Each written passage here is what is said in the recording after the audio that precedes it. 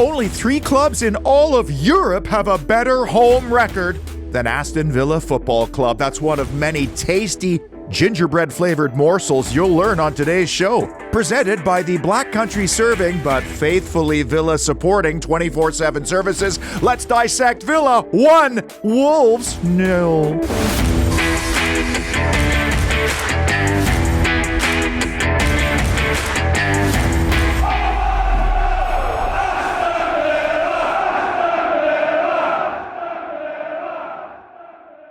Hello from the parlor. Welcome to December. And you know what? I'm just going to get stuck in like John McGinn using my pronounced seat as leverage.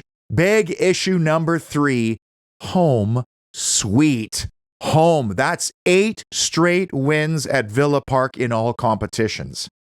And if you take away this year's loss to Crystal Palace, the last time Villa was defeated on their home patch was the previous loss to Crystal Palace in the EFL Cup on October 30th, 2024. That puts Villa behind only Atletico Madrid, Bayern Munich, and Real Madrid in terms of best home records across all of Europe. Not bad company. And one of the first things that Unai Emery declared when he joined over 3 years ago was to try and make Villa Park a more consistent and competitive place for his team. I mean, that's where you play the most games. That's where the paying customers are, and that's why he always alludes to the supporters and how strong we feel at home before and after all of his games. Yes, it's our fortress, and we are feeling it. We are feeling with our supporters here, with our structure, with our energy, with our tactical idea, and sometimes we need to be patient, and the supporters, they learned it about how we are more or less here feeling stronger with our tactical idea and how we are responding on the field, the players, and I think the connection with the supporters is really fantastic here. So Emery has cultivated this new culture at Villa Park, and it is now ingrained. It's ingrained in the players who are keeping it tidy at the back. I mean, 5 of these 8 wins have been without conceding. The supporters are supporting. I mean, a guy like Ollie Watkins can take abuse online at Villa Park. They're singing his name. And Sunday required a different kind of win, built on grit, determination, patience, respect for the opponent, and a moment of magic in a derby atmosphere, although it was kind of comical to hear the very contrasting opinions of the respective managers as to how important this game actually was. Good to finally meet you at last, seeing you on all these videos with Pete. And, Thank you. It's nice to meet you. Thanks for everything that you do for the whole of Trinity show. Those of us that watch from afar, we really appreciate it. We're playing Wolverhampton Wanderers. Yeah, our bogey team. We really struggle against them, and I just hope we're far more ruthless in front of goal than we have. Fortress Villa Park was staffed for the Holy Trinity show by both Samir and guitar hero from Matarka, Alex Dutton. They got brilliant stuff for us today. And this game was very close statistically as it was both technically and tactically. Some have asked me, why do you bother with numbers when they don't often reflect the game? Well, that's a story in itself, just like how this game showed that despite a 22-point difference in the table, on any given Sunday, it can be tight. That's the Premier League. There are no gimmies. Bonus stat, yellow cards issued. John Arias might have been lucky that his wasn't worse with the jump on Kamara, but this isn't just about discipline. This number also represents the need to take desperate action against Villa, like stopping a counterattack, and that is a consistent trait for our side, using quick combinations to navigate a press or a packed midfield and then breaking into the front third. It's an issue, a frustrating one for everybody involved, not the least of which Ross Barkley, who hobbled off after playing just 13 minutes on Sunday. And as soon as I saw it, I'm sure you thought the same thing. That looks like weeks. Now, we're okay in central midfield at the moment, but Barkley was also kind of useful at times, playing in what Unai Emery likes to call his 10 number. Hi, I'm Mark from Aberystwyth, and this is Holy Trinity Show. Another issue, and one that I've been fearing, would the real Emi Buendia please step forward? Which is the real Emi Buendia, the one that provides spark coming off the bench or has contributed huge goals and assists, or the one we saw in the last 2 or half of the last 2 match days. He was dragged after 45 minutes at Elland Road and 54 minutes on Sunday. Not great numbers during that time. Attempted 25 passes, completed only 72% of them, and went 2 for 8 on ground duels. And you know Emi Buendia is frustrated when he does the Buendia bounce in frustration, which I haven't seen for quite some time. And it usually happens because he's not quick enough to beat guys and exploit space. Then he telegraphs passes and unfortunately does not connect. And there were a couple of those situations in the first half.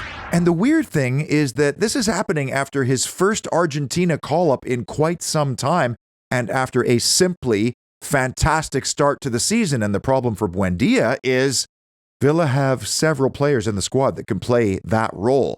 Tielemans, McGinn, Rogers, even Guesson, Mallon.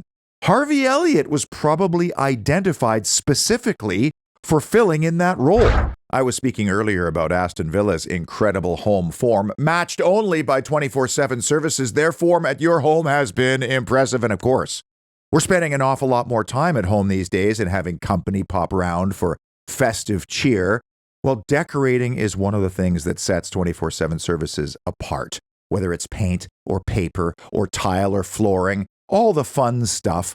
Painter Jay is a really unique talent because this guy understands colors, color combinations, how they react to light, but also how they match with patterns. And some clients will say, Jay, we know exactly what we want. Here's what we want. Others say, Jay, help us. Please use your eye and your instinct to give us something timeless and cozy. And it's a little bit sad that my wife and I love this time of year because it's dark and dimly lit. And so you can't see all the imperfections and cracks everywhere because we don't have 24/7 services in Canada. If you're lucky enough to be in Birmingham, Manchester, Liverpool, or most of England, you're just a phone call away. 3-1 Villa, Marlon to Bagwan, up the Villa, up the Villa. Big issue number 2, magnificent Martinez. I was rattling off Aston Villa's home record earlier. And guess who didn't play in this year's Crystal Palace loss or the Newcastle game or even last year's Crystal Palace loss in the EFL Cup? Why, none other than Emi Martinez, which means the last time Martinez has lost at Villa Park was the home opener last season, August, against who else? His old team. And guess who's coming to Villa Park next? You guessed it. His old Gunners. I spent my entire Saturday on a very cold pitch watching football, and we have this goalkeeper at U15 who's come out of nowhere and made 3 enormous saves back to back to back with his team leading 2-0. Now, any of those goes in, and the complexion changes, and now suddenly you're defending for your life. Well, that's been Emi Martinez this year.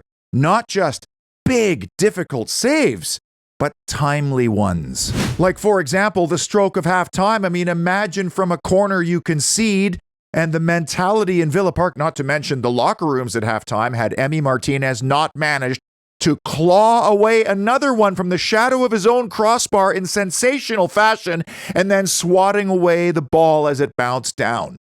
And he didn't have a whole lot to do up until that point, and that wasn't the only big save. The corner came after Martinez comfortably steered a Strand Larson effort from close in that I think was deflected aside, so solid if not spectacular. But 10 minutes later, he made one that was similar to the Aronson save at Leeds, where Bellegarde hits a volley from the edge of the box and he got down and made a great save. It wouldn't have counted because for the second time in the game, Wolves had a player in his line of sight, so it was offside. But he wasn't to know that. Arias was the man adjudged to be in the line of sight and offside, and it was pretty clear after seeing it again. But for 3 or 4 seconds there, I was like 1 million others thinking, oh, here we go, bottom side, comes to Villa Park, and scores on basically their first attack.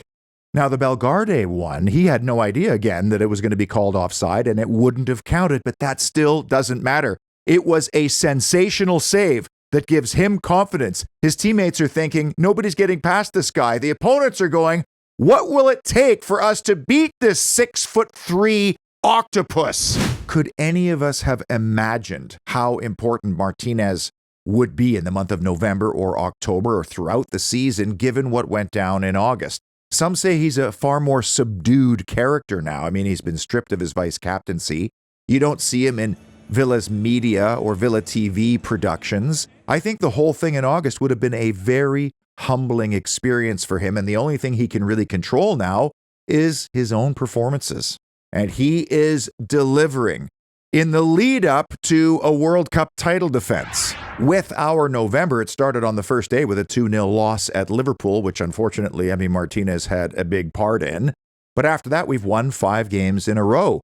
Last November, we played 5 games and we didn't win any of them, including another 2-0 loss at Anfield.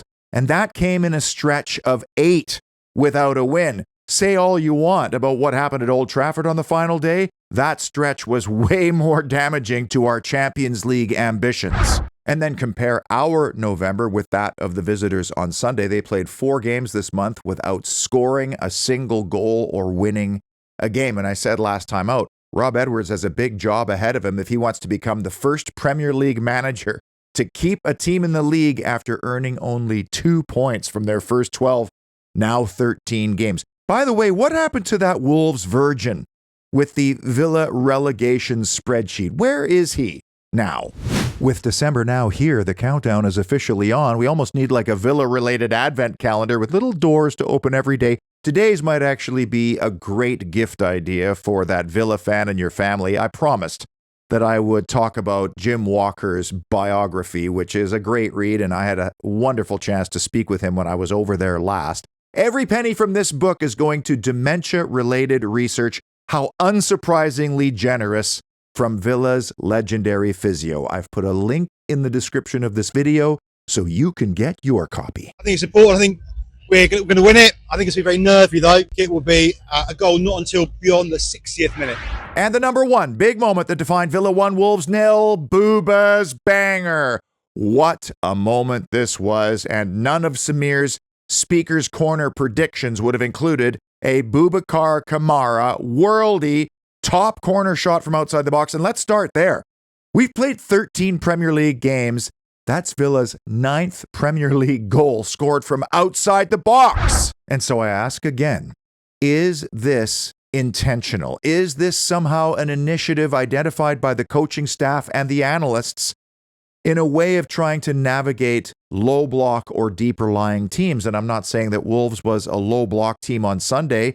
In fact, they looked a little bit like Palace at times, 3-4-3 morphing into 5 at the back, or maybe Rob Edwards is taking some inspiration from Nuno's Forest. Either way, they were stubborn. Villa may not have scored many goals this season, but there have been a couple of fantastic long bombs this year, and what an unlikely hero, Boubacar Kamara, but he made the strike look like he's been delivering those his entire career. And also credit to the Tifo man, the milestone guy, McGinn, who picked him out from deep in the box, all alone, wide open. It's almost as if the Wolves scouting and video analysis department said, yeah, don't worry about him.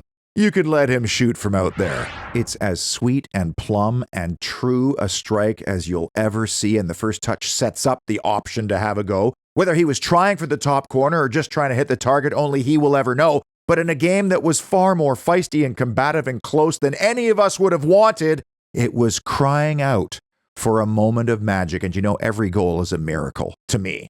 So many things need to happen in order for a goal to be scored. Sometimes in the context of a game, a strike like that has a different dynamic than, say, a scrappy, fluky, ugly goal. It's like the proverbial hammer blow, and everybody knows it at the time. And the funny thing is, I didn't actually think Kamara had a very good game. In fact, all of that chaos that occurred at the end of the first half, the save, then the corner, well, that all started about a minute earlier when Boubacar Kamara was caught in possession and just gave the ball away. He went from nearly being a villain to a hero.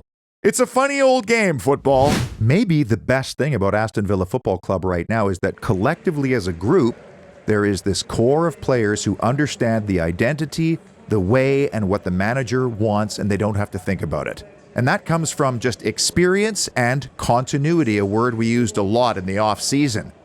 What we didn't expect was that individually, each of these players is taking turns providing monstrous moments. And there is a bravery in taking that responsibility like Kamara did on Sunday. That is ultimately why we are where we are right now. I'm Sean from Suffolk, and you're watching the Holy Trinity Show. Now the pedal is going to have to stay pushed to the metal as Villa heads to the south coast for what is, even by early December terms, A big game, at least according to the table, because there's just 2 points separating ourselves and Brighton and Hove Albion, which is also the difference between 4th and 5th place. And like us, Brighton's coming into this game on a good run of form, having won on Sunday at Forest, 2 home wins along with a draw at Crystal Palace. The one thing that does surprise me about them is their squad valuation. That's much higher than I would have guessed.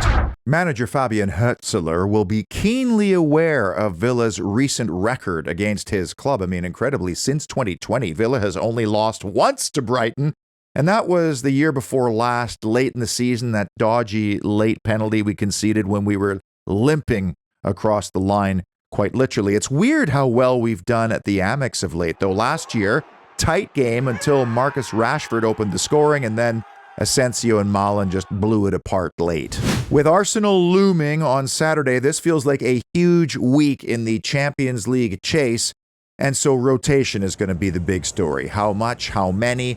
Ollie Watkins has had a fantastic scoring record against Brighton over the years, but does Unai Emery factor a player's history versus the here and now? And one thing about Unai Emery's teams that we've learned over these last 3 years, they are now conditioned for playing a lot of games in a short period of time, both physically and mentally and preparation-wise, whereas some of the European newcomers like Forest and Palace, they're still trying to come to grips with those demands. When you win 3 games in a week, there's cause for celebration. In this case, a nice gold watch to start December, and we should all be buzzing right now because without even playing at our best, and that's going to be tested on Saturday, Villa is grinding out results like fresh nutmeg on the whipped cream of your morning coffee. Until Brighton, cheers, and of course, up the mighty Villa.